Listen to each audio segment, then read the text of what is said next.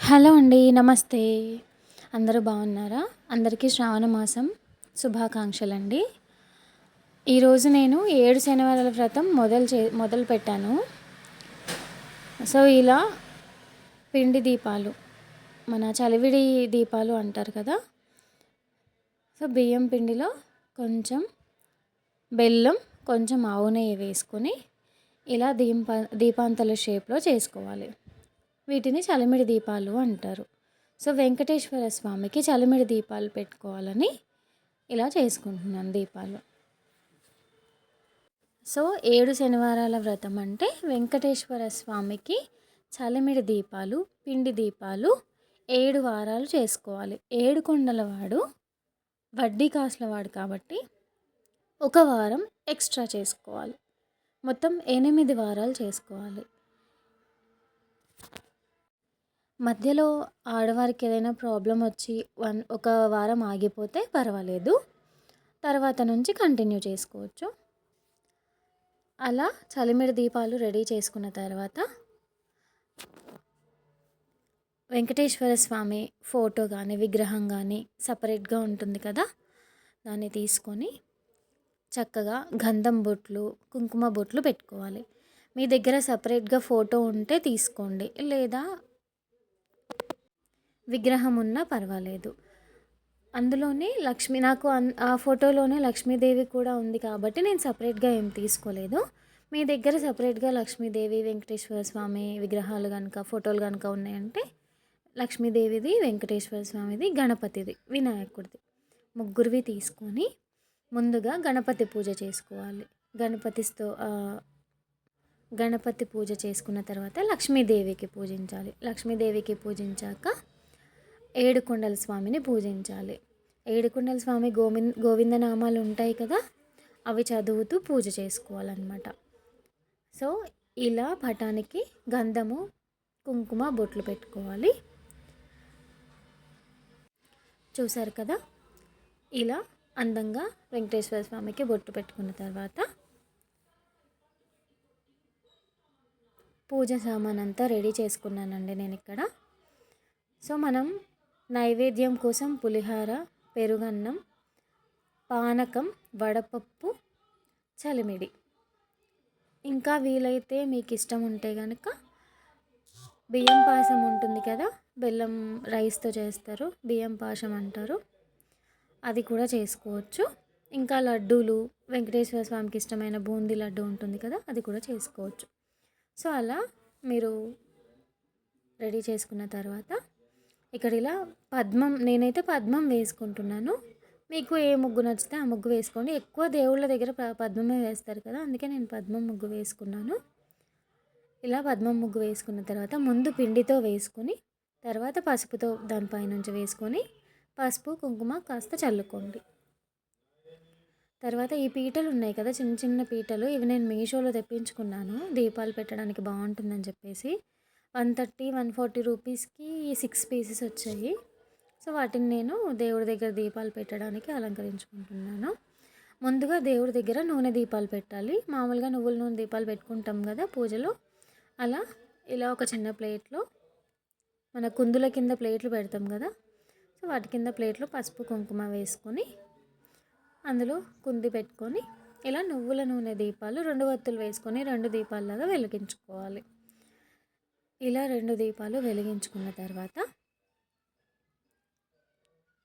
మనం పిండి దీపాలు వెలిగించుకోవాలి. మామూలుగా ఏ పూజ చేసినా ముందుగా దీపాలు అయితే వెలిగించుకోవాలి కదా దేవుడి దగ్గర. ఇలా నువ్వుల నూనెతో రోజు ముట్టించినట్టుగానే రెగ్యులర్గా పూజ చేసుకున్నప్పుడు పెట్టుకుంటాం కదా నువ్వుల నూనె దీపాలు, అలా పెట్టేసుకోవాలి.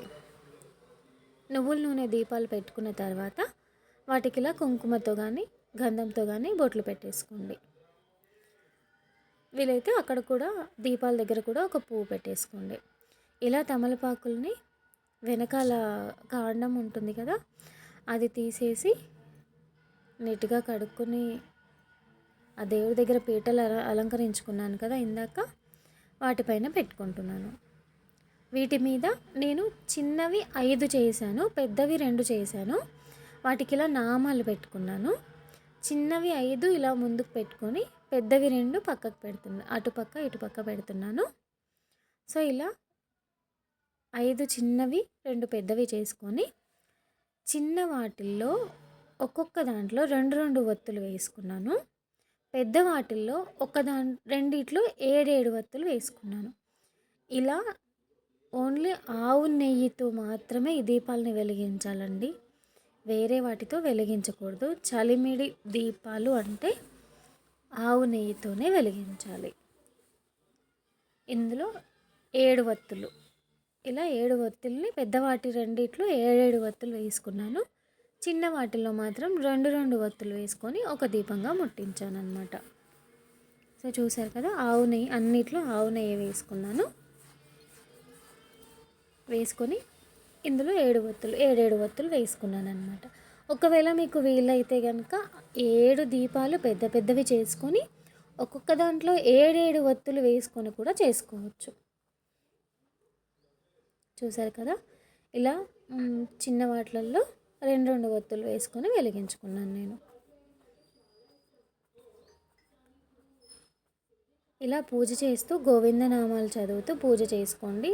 ఒకవేళ మీకు చదవడానికి రాదు అనుకుంటే ఫోన్లో కానీ బుక్లో కానీ ఉంటాయి కదా, అవి తీసుకొని చదువుతూ పూజ చేసుకోండి. మీకు టైం ఉంటే కనుక పూజ అయిపోయిన తర్వాత మీరు పువ్వులు కానీ లేకపోతే వక్కలు కానీ తీసుకొని గోవిందనామాలు 108 వక్కలు కానీ 108 పువ్వులు కానీ తీసుకొని గోవిందనామాలు చదువుకుంటూ పూజ చేసిన తర్వాత కూడా కూర్చొని గోవిందనామాలు చదువుకొని తర్వాత హారతిచ్చి పూజ పూర్తి చేసుకోవచ్చు. ఇలా అన్నీ ముట్టించుకున్న తర్వాత అన్నిటికీ బొట్లు పెట్టుకోవాలి. వర్షాకాలం కదండి, నాకు బయటికి వెళ్ళి తులసి మాల ఇవన్నీ తీసుకురావడానికి కుదరలేదు. అందుకే నేను పూజ చేసే తులసి చెట్టు కాకుండా వేరే చెట్లు ఉంటాయి కదా పక్కన, సో ఆ చెట్ల కొమ్మలు, తులసి దళాలు తెచ్చుకున్నాను నేను. ఇంటి దగ్గర ఉన్న వాటితోనే నేను మేనేజ్ చేశానండి, బయటికి వెళ్ళడానికి కుదరలేదని. మీరు వీలైతే కనుక బయటికి వెళ్ళి పువ్వులు, తులసి మాల ఉంటుంది కదా, తులసి దళాల మాల, ఆ మాల తీసుకొచ్చి దేవుడికి సమర్పించండి. శ్రీనివాసునికి తులసి మాల అన్నా ఎరుపు రంగు పువ్వులన్నా చాలా ఇష్టమండి. సో ఆయన అలంకార ప్రియుడు కాబట్టి ఎన్ని పూలతో ఎన్ని తులసి దళాలతో పూజిస్తే అంత బాగుంటుంది. వెంకటేశ్వర స్వామి అలంకార ప్రియుడు. సో ఇలా నాకు దొరికిన వాటితో పాసిబిలిటీ ఉన్న అంతవరకు పువ్వులు, తులసి దళాలు తెచ్చుకొని నేను దేవుడికి సమర్పించుకున్నాను. కొంతమంది ఈ చలివిడి దీపాలు ఉన్నాయి కదా, ఈ దీపాలు గోధుమ పిండితో చేస్తున్నారండి. గోధుమ పిండితో చేయకూడదు. ఈ దీపాలు బియ్యం పిండితో మాత్రమే చేసుకోవాలి. రాత్రిపూట బియ్యం నానబెట్టుకొని, లేదా ఒకవేళ మీకు రాత్రిపూట నానబెట్టడం ఇష్టం లేదు అనుకుంటే కనుక పొద్దున్నే లేవగానే ఫస్ట్ స్నానం చేస్తారు కదా, చేసిన వెంటనే బియ్యం నానబెట్టుకొని మిగతా పనులన్నీ చేయడానికి ఒక 1 అవర్ 1.5 అవర్ అలా టైం పడుతుంది కదా, సో ఆ టైంలో అవి నానిపోతాయి.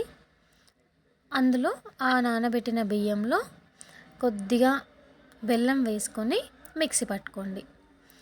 అలా మెత్తగా అయిన పిండిలో కాస్త ఆవు నెయ్యి వేసుకొని ఇలా దీపాల్లాగా తయారు చేసుకొని వాటికి నీట్గా ఇలా నామాలు, గోవింద నామాలతో బొట్లు పెట్టుకొని అలంకరించుకోండి. గోధుమ పిండితో చేయకూడదు. చలిమిడి దీపాలు అంటే చలిమిడితోనే చేయాలి.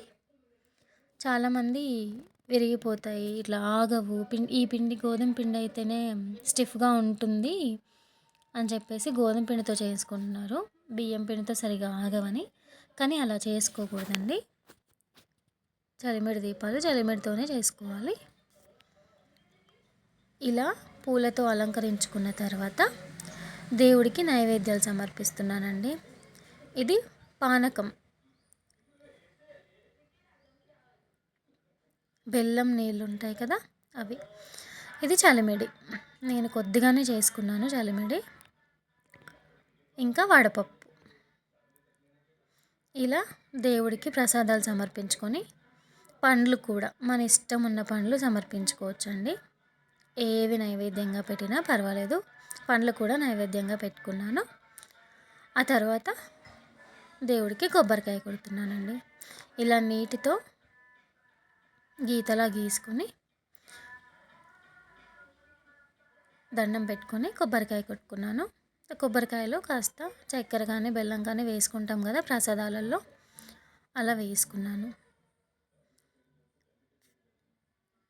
ఇలా అన్నీ దేవుడికి అన్నీ సమర్పించుకున్న తర్వాత ఇలా నీటితో ఇలా చేస్తారు కదా, సమర్పించడం చేస్తారు కదా, అలా చేశాను.